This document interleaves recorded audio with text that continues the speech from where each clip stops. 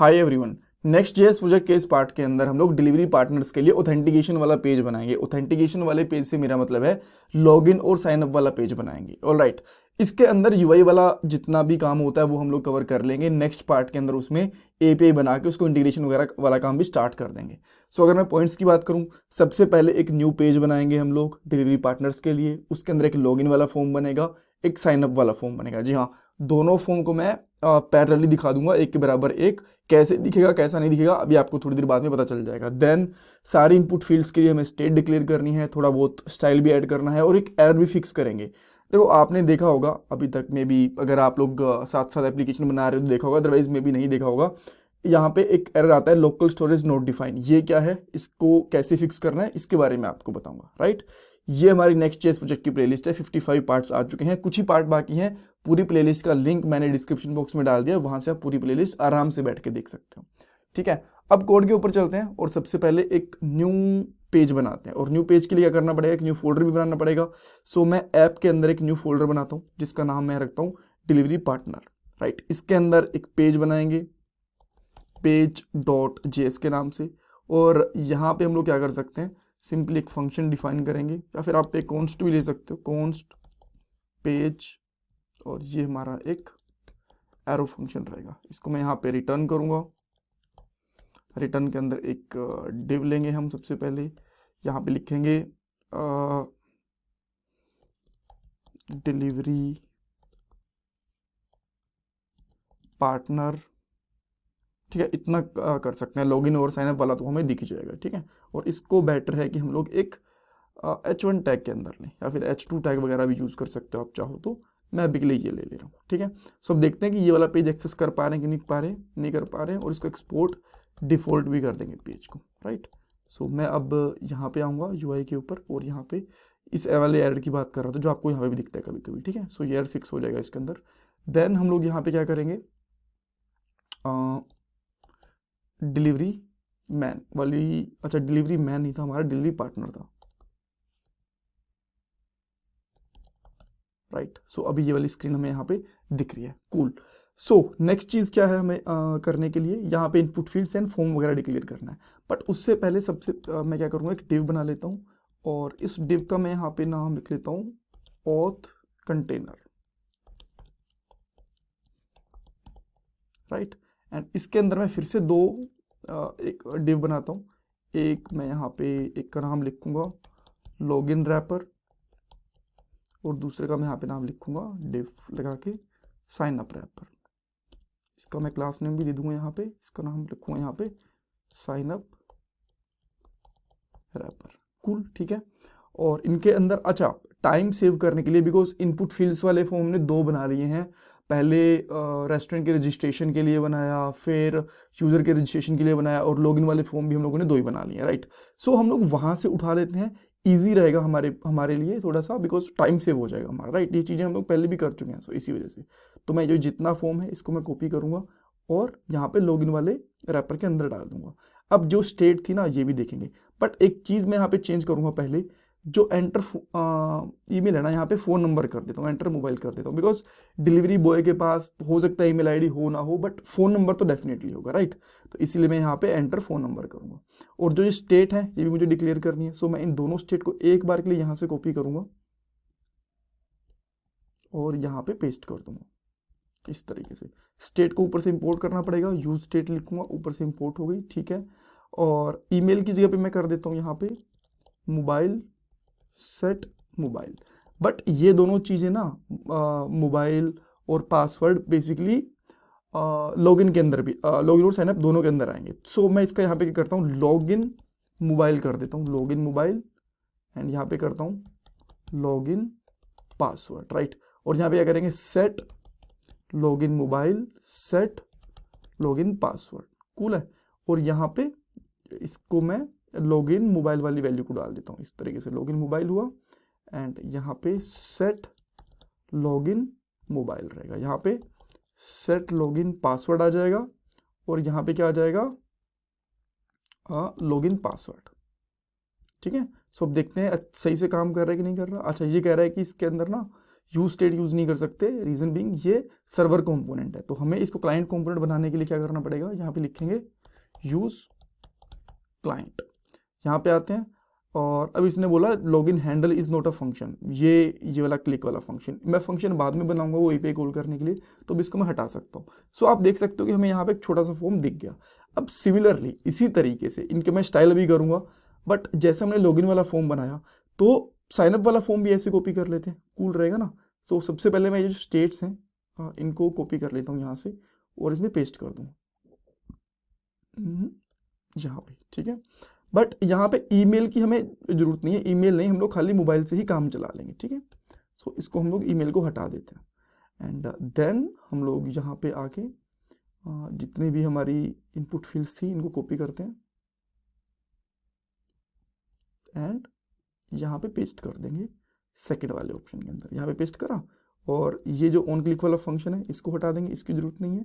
Second चीज़ जो हमारी email ID address था उसको भी हटा देते हैं, ये वाला, ठीक है। नहीं अच्छा, जो ये तो ईमेल वाला ये वाला है ना, ये वाला, तो मैं ईमेल को भी हटा देता हूँ और मोबाइल वाला ऊपर ला के रख दूंगा। ये हमारा मोबाइल वाला है, इसको मैं ऊपर ला के रख देता हूँ।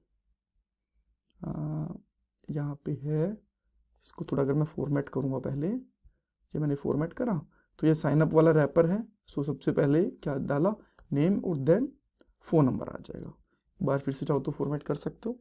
एंड स्टेट इनके अंदर एक जगह हम लोगों ने लॉगिन लगा दिया, इनकी स्टेट नॉर्मली चलने देते हैं, चलेगी। अगर आप चाहो तो इनका नाम भी चेंज कर सकते हो, कोई दिक्कत नहीं है।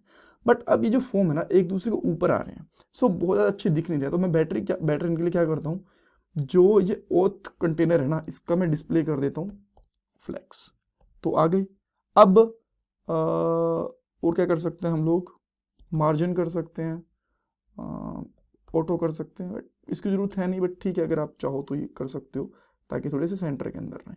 बट मुझे पता है इनकी ज़रूरत नहीं है, आप इनको हटा भी सकते हो, कूल है। सो जो हमारी ये ऑथ क्लास है, यूज़र ऑथ, मैं CSS वाली फाइल के जाऊँगा ग्लोबल CSS के अंदर और यहाँ पे डिक्लेयर कर दूंगा इस तरीके से। इसमें मैं क्या करूँगा, डिस्प्ले फ्लैक्स, कूल है। एंड देन उसके बाद में हमारे पास एक लॉगिन रैपर है। लॉगिन रैपर का मैं क्या करता हूँ, इसकी तो मैं हाइट फिक्स करता हूँ। लेट्स से कि मैंने 350 पिक्सल हाइट फिक्स कर दी और मैं इसका बॉर्डर कर देता हूँ, बॉर्डर 1 पिक्सल सॉलिड और यहाँ पे CCC, ये इसका कलर कर देते हैं। इसकी मैं थोड़ी मार्जिन कर देता हूँ 10 पिक्सल, चलेगा ना, ताकि तो हर साइड से दिखे। देन इसकी पैडिंग कर देते हैं 20 पिक्सल कर देते हैं पैडिंग और विथ कर देते हैं इसकी 50%, ठीक है, चलेगी ये। और अब मैं इसको कॉपी करके, और कुछ भी है इसमें करने वाला, जो ये फील्ड्स हैं इनको सेंटर कर देते हैं। तो इसके लिए हम लोग क्या करेंगे, टेक्स्ट अलाइन सेंटर, ये भी हो गई। एंड ठीक है, आई गेस इतना काफ़ी रहेगा इसके लिए। अब आपको थोड़ा बड़ा दिख रहा होगा ये थोड़ा छोटा दिख रहा होगा, बट इसको भी फिक्स करने वाले हैं, ठीक है। तो इसका जो हमारा क्लास नेम रहेगा, इसका क्या रहेगा, लॉगिन रैपर, ठीक है, डॉट लॉगिन रैपर।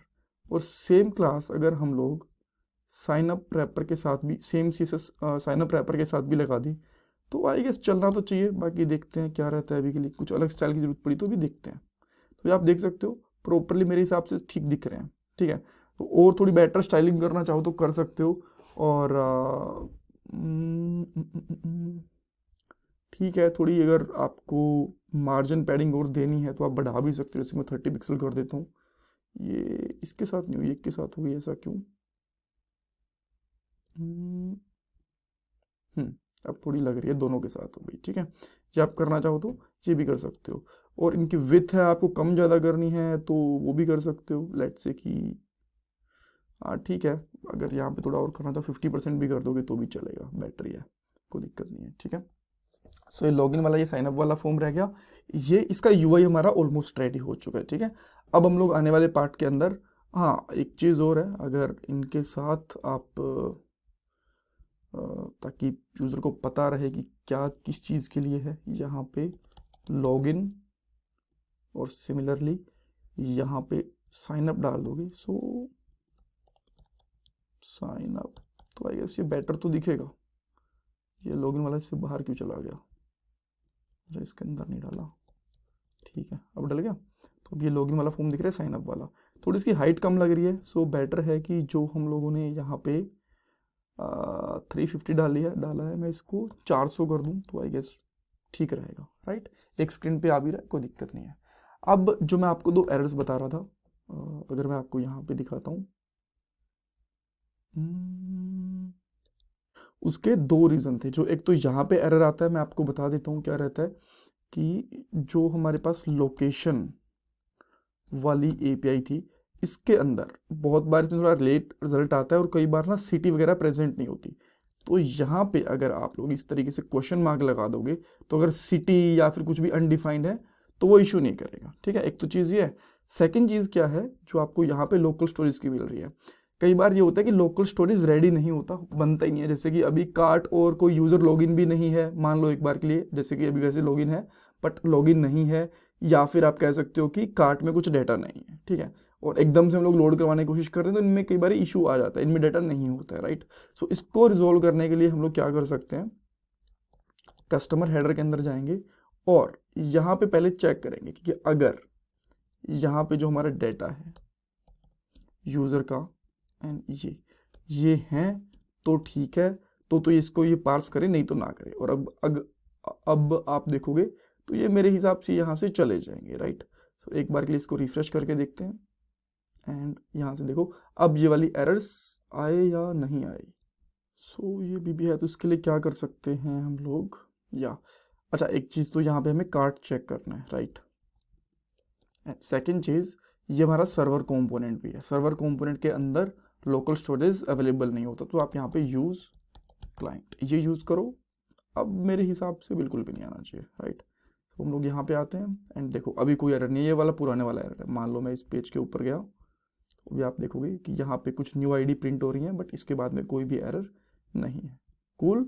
सो इस तरीके से हम लोगों ने दोनों एरर भी फिक्स कर लिया। इसमें कुछ कन्फ्यूज़न है, कुछ डाउट है, मुझे कमेंट सेक्शन के अंदर पूछो।